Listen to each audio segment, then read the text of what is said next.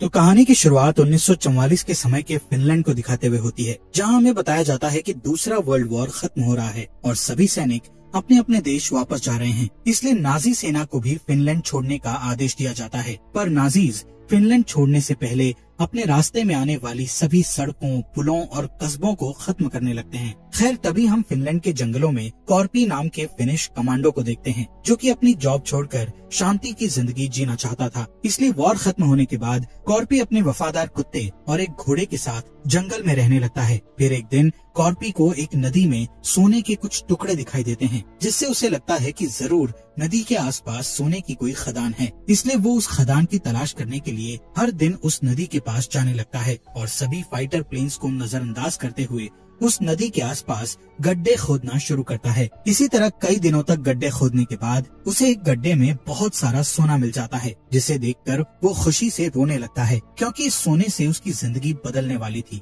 खैर, कॉर्पी उस सोने को उठाकर अपने टेंट में छुपा देता है, जहां वो पूरी रात जागकर उस सोने की हिफाजत करता है, क्योंकि उसे डर था कि कोई उसके सोने को चुरा न ले। अगली सुबह कॉर्पी सारा सोना एक बैग में रखता है और अपने घोड़े पर बैठकर वहां से निकल जाता है, जिसके साथ साथ उसका कुत्ता भी पीछे पीछे जाने लगता है। कुछ घंटों चलने के बाद कॉर्पी को रास्ते में नाजी सेना का जनरल ब्रूनो दिखाई देता है, जो कि अपने सैनिकों के साथ वहां से गुजर रहा था। यहाँ ब्रूनो के पास एक खतरनाक टैंक था। इसके अलावा वो कई फिनिश औरतों को किडनैप करके अपने साथ ले जा रहा था। असल में वो सभी सैनिक उन औरतों के साथ गलत काम किया करते थे। तभी हम वुल्फ नाम के सैनिक को देखते हैं, जो कि एक औरत के साथ जबरदस्ती करता है। यहाँ कॉर्पी ब्रूनो को देखता है और फिर उसके सभी सैनिकों को अनदेखा करके आगे बढ़ने लगता है। तभी वुल्फ ब्रूनो के पास आता है और कॉर्पी को मारने के लिए अपनी गन उठा लेता है, जिस पर ब्रूनो उसे रोक लेता है और कहता है कि वो आदमी वैसे भी अपनी मौत के पास जा रहा है, क्योंकि हमारी एक टुकड़ी पीछे आ रही है। इसके बाद कॉर्पी वहाँ से आगे बढ़ता है, जहाँ उसे कई लाशें दिखाई देती है। असल में नाजी सैनिक लोगों को मारते हुए इस देश से बाहर जा रहे थे, पर कॉर्पी को उन लाशों से कोई फर्क नहीं पड़ता, क्योंकि वर्ल्ड वॉर के दौरान उसने भी कई लोगों की जान ली थी। खैर, थोड़ी दूर जाने के बाद कॉर्पी को एक ट्रक दिखाई देता है, जिसमें 4 नाजी सैनिक होते हैं। वो सैनिक कॉर्पी को घोड़े से उतरने को कहते हैं और फिर उसका बैग चेक करते हैं, जिसमें उन्हें कॉर्पी का सोना दिख जाता है। इसलिए वो सोने को अपने पास रखने का सोचते हैं। तब कॉर्पी समझ जाता है कि वो लोग उसका सोना लूटकर उसे मार डालेंगे। इसलिए वो सबसे पहले अपने कुत्ते से भागने को कहता है, जिसे भागता हुआ देख एक सैनिक उस कुत्ते को शूट करने लगता है, पर कुत्ते को एक भी गोली नहीं लगती है और वो वहाँ से भाग जाता है। इसके बाद एक सैनिक कॉर्पी को बूढ़ा बोलते हुए उसे गोली मारने की कोशिश करता है, लेकिन तभी कॉर्पी अपना चाकू निकालकर उसके सिर पर मार देता है, जिससे उस सैनिक की वहीं पर मौत हो जाती है। तब दूसरे सैनिक बदला लेने के लिए उसके साथ लड़ने की कोशिश करते हैं, लेकिन कॉर्पी तेजी से आगे बढ़ता है और अपने चाकू से उन्हें मारने लगता है। साथ ही वो एक सैनिक की बॉडी को ढाल बनाकर गोलियों से बचने लगता है, जिसके बाद वो एक सैनिक को हेलमेट से पीट कर मार डालता है। तभी बचा हुआ सैनिक उसे पीछे से पकड़ने की कोशिश करता है, जिससे कॉर्पी उसका हाथ मोड़ देता है और उसे अपनी गन से शूट करके मार डालता है। इधर ब्रूनो और उसके सैनिकों को जब गोलियों की आवाज सुनाई देती है, तब वो चेक करने के लिए वापस पीछे आने लगते हैं, लेकिन तब तक कॉर्पी वहाँ से चला जाता है। यहाँ ब्रूनो देखता है कि उसके 4 सैनिकों को किसी ने मार दिया है। तभी उसे अपने एक सैनिक के पास सोने का टुकड़ा दिखाई देता है, जो कि उस सैनिक ने अपनी जेब में छिपा लिया था। इस टुकड़े को देखकर ब्रूनो को समझ आ जाता है कि उसके साथियों को यहाँ से जा रहे उस बूढ़े आदमी ने ही मारा है और उसके पास बहुत सारा सोना है। इसलिए ब्रूनो कॉर्पी के पीछे जाने का फैसला करता है। कुछ ही देर बाद उन्हें रास्ते में कॉर्पी दिखाई देता है। तब वो अपने टैंक से उस पर गोली चलाने लगता है, लेकिन कॉर्पी अपने घोड़े की स्पीड बढ़ाता है और उन्हें चकमा देकर भागने लगता है। जिसके बाद कॉर्पी एक माइन फील्ड में चला जाता है, जहाँ नाजी सैनिकों ने कई माइन बिछाकर रखी हुई थी। इसी दौरान ब्रूनो भी वहाँ पहुँच जाता है, पर वो अपने आदमियों को शूट करने से मना करता है और हंसते हुए उन्हें बताता है कि ये बूढ़ा आदमी ब्लास्ट होने वाला है। तभी कॉर्पी का घोड़ा एक माइन पर पैर रख देता है, जिससे वहाँ ब्लास्ट हो जाता है और कॉर्पी घायल हो जाता है, पर इस ब्लास्ट में उसका घोड़ा मर जाता है। थोड़ी देर में ब्रूनो वहाँ आता है और देखता है कि कॉर्पी अपना सोना उठाकर बैग में रख रहा है, इसलिए ब्रूनो वहीं रुक जाता है और कॉर्पी को देखता रहता है। असल में वो सोना उठाने के लिए माइनफील्ड में जाना नहीं चाहता था, इसलिए वो कॉर्पी को मारने के लिए थोड़ा इंतजार करता है। फिर जैसे ही कॉर्पी सारा सोना उठा लेता है, तब ब्रूनो अपने सैनिकों से कॉर्पी को मारने का आदेश देता है, लेकिन कॉर्पी पहले से ही तैयार था, इसलिए वो सोने के साथ एक पत्थर उठा लेता है और एक माइन पर फेंककर ब्लास्ट कर देता है, जिससे वहाँ काफी ज्यादा धुआं फैल जाता है और कॉर्पी धुएं की मदद से छिप जाता है। जिसके बाद नाजी सैनिक उसे मारने के लिए धुएं में गोलियां चलाने लगते हैं, लेकिन कॉर्पी एक ढाल का उपयोग करके उन गोलियों से बच जाता है। कुछ देर बाद ब्रूनो अपने एक सैनिक को कॉर्पी को चेक करने के लिए भेजता है, तब वो सैनिक गलती से एक माइन से टकरा जाता है, जिससे उसकी मौत हो जाती है। ये देखकर ब्रूनो अपने 2 और सैनिकों को वहाँ भेजता है, पर वो दोनों भी माइन पर कदम रखने के कारण मारे जाते हैं। फिर जब वहाँ का धुआं साफ होता है तो उन्हें पता चलता है कि कॉर्पी वहाँ से भाग चुका है। ये देखकर ब्रूनो को बहुत गुस्सा आता है,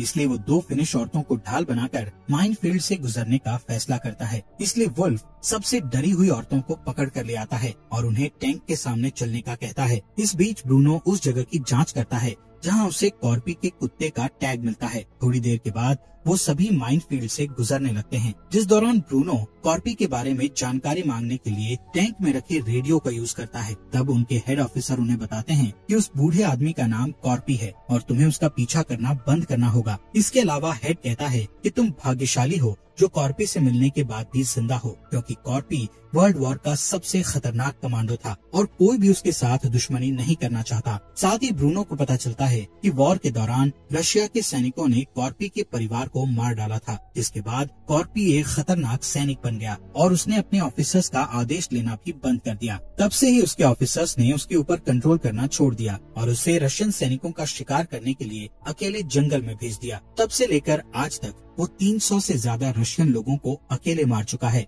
सबसे आखिर में हेड उन्हें कहता है कि सबको लगता है कि कॉर्पी अमर है, इसलिए तुम्हें उसका पीछा नहीं करना चाहिए। पर ब्रूनो को इस बात से थोड़ा सा भी डर नहीं लग रहा था, इसलिए वो कॉर्पी की तलाश जारी रखता है। असल में नाजी सैनिकों को युद्ध हारने के कारण सजा मिलने वाली थी और ब्रूनो उस सोने की मदद से अपनी सजा खत्म करवाना चाहता था, इसलिए वो किसी भी हाल में कॉर्पी से सोना चुराना चाहता था। इस बीच हम कॉर्पी को देखते हैं जिसे रास्ते में एक जला हुआ ट्रक दिखाई देता है। तब वो छिपने के लिए उस ट्रक के पीछे जाकर लेट जाता है और अपने घावों को ठीक करने के लिए चाकू से सभी गोलियां निकालता है और घावों को धूल से ढक देता है। तभी कॉर्पी का कुत्ता भी वहां आ जाता है। अब क्योंकि कॉर्पी ने उसे अपने आप से दूर भागने को कहा था, इसलिए वो कॉर्पी के पास नहीं जाता है, बल्कि उसे दूर से ही देखता है। यहाँ कॉर्पी की हालत खराब होने के कारण उसकी आंख लग जाती है, पर कुछ ही घंटे बाद वहाँ नाजी सैनिक आ जाते हैं, जिनकी आवाज सुनकर वो जाग जाता है। तब कॉर्पी देखता है कि नाजी सैनिक उसे ढूंढने के लिए कुत्तों का इस्तेमाल कर रहे हैं, इसलिए वो तुरंत ट्रक के नीचे छिप जाता है और नाजीज को देखने लगता है। तभी मौका देखकर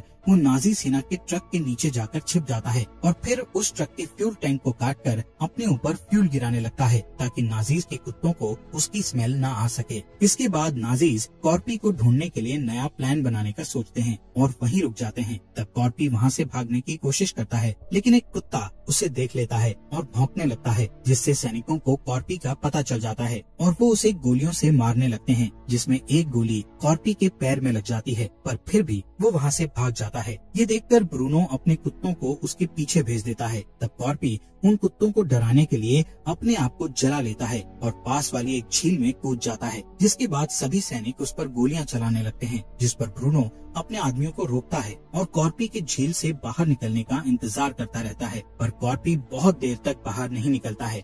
जैसे ही कॉर्पी पानी से बाहर आता है, तब सैनिक उस पर तुरंत गोलियां चलाने लगते हैं, जिससे कॉर्पी वापस अंदर चला जाता है। लेकिन तभी उन्हें पानी के अंदर से ब्लड निकलते हुए दिखाई देता है, जिससे सबको लगता है कि कॉर्पी मर गया है। इसलिए 3 सैनिक सोना निकालने के लिए एक बोट से झील के बीचों बीच जाते हैं, जिसमें एक सैनिक पानी के अंदर कूदता है। तब कॉर्पी उसे पकड़ लेता है और अपने चाकू से मार डालता है, जिससे पानी के ऊपर काफी ब्लड आ जाता है। ये देखकर ब्रूनो अपने दूसरे सैनिक को पानी के अंदर भेजता है, पर इस बार फिर से उसे ब्लड दिखाई देता है। ये सब देखकर तीसरा सैनिक बहुत डर जाता है, इसलिए वो बोट को लेकर वहाँ से दूर जाने लगता है, जिस पर वुल्फ उस सैनिक को गुस्से में गोली मारकर मार देता है। तभी कॉर्पी पानी से बाहर आता है और गोलियों से बचने के लिए उस तीसरे सैनिक की बॉडी को अपनी ढाल बनाकर भागने लगता है। यहाँ ब्रूनो देखता है कि कॉर्पी का कुत्ता झील के किनारे खड़ा होकर रो रहा है, क्योंकि वो अपने मालिक के पास जाने के लिए पानी को पार नहीं कर सकता था। इधर ब्रूनो कॉर्पी के कुत्ते को देखकर अपना अगला प्लान बनाता है। दूसरी तरफ कॉर्पी कुछ घंटे चलने के बाद आखिरकार एक शहर में पहुंच जाता है, लेकिन ये शहर नाजीज ने पूरी तरह तबाह कर दिया था। अब क्योंकि कॉर्पी बहुत थक चुका था, इसलिए वो गैस स्टेशन के अंदर आराम करने का फैसला करता है, जहां वो अपने पैर के दर्द को सहन करते हुए सोने की कोशिश करता है। जिस दौरान उसे वो दिन याद आता है जिस दिन उसने अपने परिवार को खो दिया था। खैर, कॉर्पी की किसी तरह नींद लग जाती है, पर कुछ देर बाद जब उसे अपने कुत्ते के भौंकने की आवाज सुनाई देती है तो उसकी नींद खुल जाती है। इसके बाद कॉर्पी अपने कुत्ते से मिलता है। तभी उसे पता चलता है कि उसके कुत्ते के ऊपर एक डायनामाइट लगा हुआ है, इसलिए वो तुरंत उस डायनामाइट को फेंक देता है, लेकिन तभी वो डायनामाइट फट जाता है, जिससे कॉर्पी तेज झटके के साथ जमीन पर गिर जाता है। जब कॉर्पी को होश आता है तो वो अपने सामने ब्रूनो को देखता है, जिसने उसे बंदी बना लिया था। यहाँ ब्रूनो कॉर्पी से उसका सोना चुरा लेता है और उसकी पॉकेट में सोने का एक टुकड़ा रख देता है और फिर उसे फांसी देकर मार डालता है। पर कॉर्पी अभी मरा नहीं था, क्योंकि उसने फांसी से बचने के लिए अपने पैर को एक कील के ऊपर रख लिया था। खैर, इसके बाद वो अपने दूसरे पैर को भी कील पर ले आता है, जिससे उसे काफी दर्द होता है, पर इस तरह वो मरने से बच जाता है। वहीं कॉर्पी का कुत्ता अभी भी उसके पास बैठकर उसके नीचे आने का इंतजार करने लगता है। इसी तरह रात गुजर जाती है और सुबह होने पर एक प्लेन उसकी ओर लैंड करता है, जिसकी हवा के कारण कॉर्पी की रस्सी टूट जाती है और वो जमीन पर गिर जाता है। तभी उस प्लेन से दो पायलट उतरकर बाहर आते हैं और गैस की तलाश करते हैं, जिस दौरान उन्हें कॉर्पी और उसका कुत्ता दिखाई देता है। इसलिए पायलट अपने साथी से उन दोनों को गोली मारने के लिए कहता है, पर वो पायलट उसे मारने से डरने लगते हैं। तभी कॉर्पी मौका देखकर उस पायलट के पैरों पर वार करके उसे नीचे गिरा देता है, जिससे पायलट का सर एक पत्थर से टकरा जाता है और वो बेहोश हो जाता है। इसके बाद दूसरा पायलट वहाँ आता है। तब कॉर्पी मौका देखकर उस पर एक ईंट से वार करता है और उसे जान से मार देता है। यहाँ कॉर्पी को लगता है कि अब वो अपना सोना कभी भी वापस नहीं ला पाएगा, इसलिए वो ब्रूनो का दिया हुआ छोटा टुकड़ा वहीं पर दफन कर देता है। तभी वो दूसरे पायलट को हिलता हुआ देखकर समझ जाता है कि वो अभी जिंदा है, इसलिए वो उस पायलट के प्लेन से ब्रूनो के पास जाने का प्लान बनाता है ताकि वो उससे अपना सोना वापस ला सके। लेकिन सबसे पहले वो अपने घावों से सभी गोलियां और मेटल के टुकड़ों को बाहर निकालता है और घावों पर आग लगाकर उन्हें एक तार से बंद कर देता है। ये देखकर पायलट उससे बुरी तरह डरने लगता है, जिसके बाद कॉर्पी अपने कुत्ते को वहीं छोड़ देता है और प्लेन में बैठकर ब्रूनो की तलाश में निकल जाता है। दूसरी तरफ नाजीज को अपने रास्ते में एक क्रैश्ड प्लेन दिखाई देता है, जिसे चेक करने के लिए वुल्फ प्लेन के अंदर जाता है और देखता है कि प्लेन क्रैश में पायलट की मौत हो चुकी है। तभी वुल्फ नोटिस करता है कि उस पायलट के गले में वही रस्सी है जिससे उन्होंने कॉर्पी को फांसी दी थी। यहाँ वुल्फ समझ जाता है कि कॉर्पी अभी जिंदा है और उन्हें मारने के लिए वापस आ गया है। साथ ही ब्रूनो भी समझ जाता है कि कॉर्पी बहुत खतरनाक है, इसलिए वो अपने आदमियों को तुरंत वहाँ से भागने का आदेश देता है। इसके बाद हम दो सैनिकों को देखते हैं जो फिनिश औरतों के साथ ट्रक में बैठे होते हैं। वो दोनों सैनिक कॉर्पी के बारे में बात कर रहे होते हैं, जिनकी बातें सुनकर एनो नाम की औरत उन पर हंसने लगती है और उन्हें बताती है कि कॉर्पी को कई रशियन सैनिकों ने मारने की कोशिश की थी, लेकिन आज तक कोई भी उसे नहीं मार सका, क्योंकि कॉर्पी किसी भी तरह बच जाता है और फिर अपने दुश्मनों को ढूंढकर उन्हें मार डालता है। इसके अलावा एनो उन्हें बताती है कि कॉर्पी को फिनिश लैंग्वेज में सीसू नाम से बुलाते हैं, जिसका मतलब बहादुरी होता है और कॉर्पी कभी भी हार नहीं मानता है। यहाँ एनो समझ जाती है कि अब सभी नाजी सैनिक कॉर्पी के हाथों मारे जाएंगे, इसलिए वो बहुत खुश होती है। तभी अचानक कॉर्पी एक सैनिक को मारकर उसे नीचे फेंक देता है और जब दूसरा सैनिक ट्रक से बाहर देखता है तब कॉर्पी उसे बाहर खींचकर जमीन पर फेंक देता है, जिससे वो सैनिक टैंक के नीचे आकर मारा जाता है। यहाँ एनो मरे हुए सैनिक का हथियार चुराने की कोशिश करती है, लेकिन उसी समय कॉर्पी ट्रक के अंदर आ जाता है, जहाँ ट्रक में फिनिश औरतों को देखकर वो समझ जाता है कि नाजीज ने उन्हें किडनैप करके रखा है और वो सभी निर्दोष हैं, इसलिए वो एनो को हथियार दे देता है, जिसके बाद कॉर्पी ट्रक के ऊपर चढ़ जाता है और ड्राइवर को मारकर उसे नीचे फेंक देता है ताकि एनो उस ट्रक को चलाकर उसकी मदद कर सके। फिर वो ट्रक को टैंक के करीब ले जाता है। तब कॉर्पी उस टैंक पर कूदकर बाकी के सैनिकों को मारने चला जाता है, लेकिन टैंक में मौजूद लोगों को शक हो जाता है, इसलिए सभी औरतें मरे हुए सैनिकों की बॉडी को इस्तेमाल करती हैं ताकि नाजीज को सच्चाई का पता न चल सके। इसके बाद एनो अपने ट्रक को दूसरे ट्रक के पास ले जाती है, जहां सभी औरतें उस ट्रक में मौजूद सैनिकों को शूट करके बुरी तरह मार डालती हैं। साथ ही एनो ट्रक के ड्राइवर को भी गोली मार देती है, जिससे वो ट्रक सड़क के नीचे उतर जाता है। दूसरी तरफ कॉर्पी टैंक के गेट को तोड़ने की कोशिश करता है। तब ब्रूनो टैंक को अचानक से रोक देता है, जिससे कॉर्पी नीचे गिर जाता है। ये देखकर वुल्फ कॉर्पी को मारने के लिए टैंक से बाहर आ जाता है, लेकिन कॉर्पी जल्दी से वापस टैंक पर चढ़ जाता है और वुल्फ से लड़ने लगता है, जिस दौरान वो दोनों जमीन पर गिर जाते हैं। अब टैंक में सिर्फ ब्रूनो और शूट्स नाम का सैनिक होता है, जो कि अपनी जान बचाकर वहाँ से भागने लगता है। यहाँ कॉर्पी वुल्फ को बुरी तरह पीट कर मारने लगता है, लेकिन इससे पहले कि वो उसे जान से मार पाता, तभी वहाँ एक बाइक से दो नाजी सैनिक आ जाते हैं, पर वो दोनों कॉर्पी को पहचान जाते हैं, इसलिए वो उससे डरकर वहाँ से भाग जाते हैं। यहाँ कॉर्पी वुल्फ को जिंदा छोड़ देता है और उस बाइक को लेकर टैंक का पीछा करने के लिए निकल जाता है, जिससे वुल्फ को लगता है कि कॉर्पी ने उसे जिंदा छोड़ दिया है। पर कुछ ही देर में